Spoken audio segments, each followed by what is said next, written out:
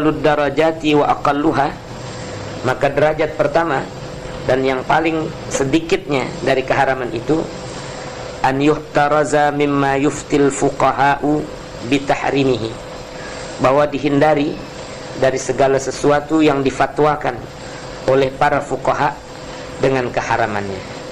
Jadi kalau para fuqaha udah menyatakan haram, maka itu dihindari. Sebab yang udah diharamkan oleh fuqaha itu paling jelas haramnya.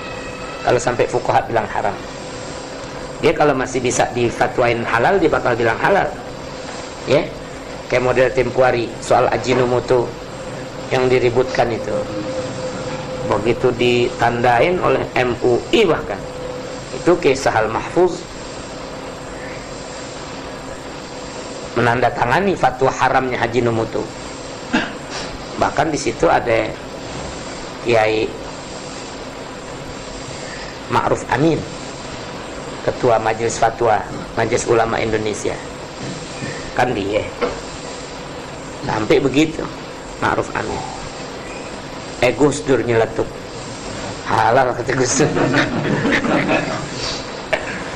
Tapi inti kalau di dalam penelitian yang nas-nas kitab, omongan Gus Dur itu bukan omongan orang bodoh inti. Kalau mau dicariin benar-benar, ada aja itu pada bagian lipetan-lipetan kecil-kecil yang memungkinkan untuk menghalalkan Ajinomoto itu. Dari lantaran kalau fatwa resmi kan mesti yang muktamad, yang paling hati-hati. Oleh sebab itu MUI membawa kaul yang paling hati-hati, yang ihtiyat. Haram. Sebab ada unsur-unsur babinya. Tapi ini bukan baru sekarang nih, kasus dulu tahun 70-an.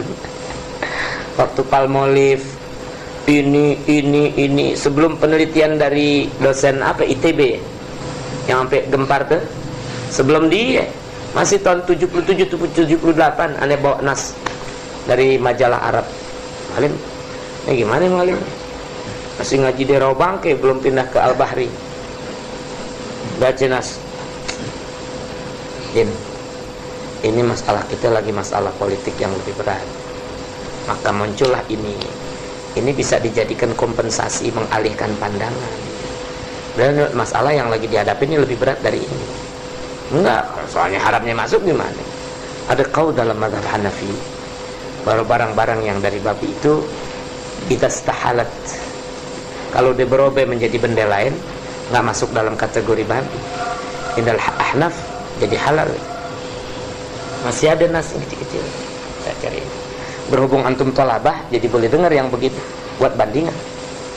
Jadi Gus Dur omongannya secara umum gitu bikin orang jadi gregetan. Ulama kok pada kata haram, tahu-tahu halal. Tapi ulamanya sendiri kayak model Pak Kiai Sahal Mahfuz kagak marah. Dia tahu juga, cuman dia nggak mau fatwakan yang itu. Sebab fatwa itu mesti yang lebih zahir, dia punya dalilnya.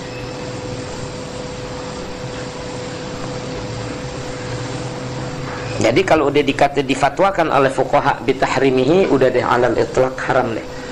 Ya. Ad-darajatus tsaniyatu, derajat kedua, wara'us salihin, waraknya para orang salih. Wa huwal imtina'u amma yatatarraqu ilaihi ihtimalut tahrimi, yaitu menahan diri dari segala sesuatu yang dapat didatangi oleh kemungkinan keharaman. Yatatarraqu ilaihi, yatruqu ilaihi, ya, yakni yang dapat jalan kepadanya, yakni yang bakal bisa datang kepadanya, ya, tarik yang datang, ya. Jadi menjaga diri dari segala sesuatu yang ada kemungkinan didatangi kemungkinan pengharaman. Sekarang kita lihat ini barang zahirnya nggak haram, tapi bisa dipertimbangkan kalau di usut-usut bisa jadi haram kayak gitu ya. Nah, jadi walaupun haramnya nggak zahir, tapi kalau di usut ini bisa haram ini. ngomong bisa haramnya aja itu udah nggak dimakan sama orang saleh. Walaupun kalau kita lihat zahirnya nggak haram, boleh aja kayak begitu. Seperti kayak alsi, somai gitu, bakso, termasuknya. Itu kan haramnya tuh karena namanya, pengaruhnya. Sebetulnya sih belum zahir. Kenapa dikata haram? Yang haram kan kalau babi. Seandainya bakso itu dibikin sama sekali oleh kita sendiri gitu. Kayak Harimani bisa bikin bakso, suruh bisa. Dia baca di buku, dagingnya daging sapi yang begini, ya masaknya begini, dicincang apa segala macam, bejak pakai terigu. Halas kita bikin sendiri, cuman namanya bakso. Orang kan yang menyebabkan jadi haramnya tuh namanya bakso. Dan bakso memang dulu asal-asalnya sama orang-orang itu dibikin dari unsur babi, asal-asalnya. Ya kalau yang ada unsur babinya kita nggak pakai baksonya deh. Segala apa juga kalau ada babinya. Memang babi haram, haram. Tapi nggak bisa cuma lantaran namanya jadi haram gitu. Kalau materinya udah dirubah seperti yang kita bikin. Sebab kalau misalnya jadi haram, susah juga orang-orang Cina Muslim makanan di sana. Dia makan yang kayak begitu, ya kan? Nah, jadi itu nggak bisa ya tatarraqu ilaihi tahrim, nggak bisa yang begitu. Nah, kecuali yang ya tatarraqu ilaihi tahrim, makan bakso di tempat yang ada ihtimal menggunakan unsur babi. Bakmi naga, penjualnya orang Cina, atau mungkin orang Cina tapi yang disuruh kita orang kita, kan banyak sekali tuh. Nah, itu ihtiyat deh tuh, bisa jadi diam-diam dia pakein barang haram. Nah, itu yang begitu ihtiyat.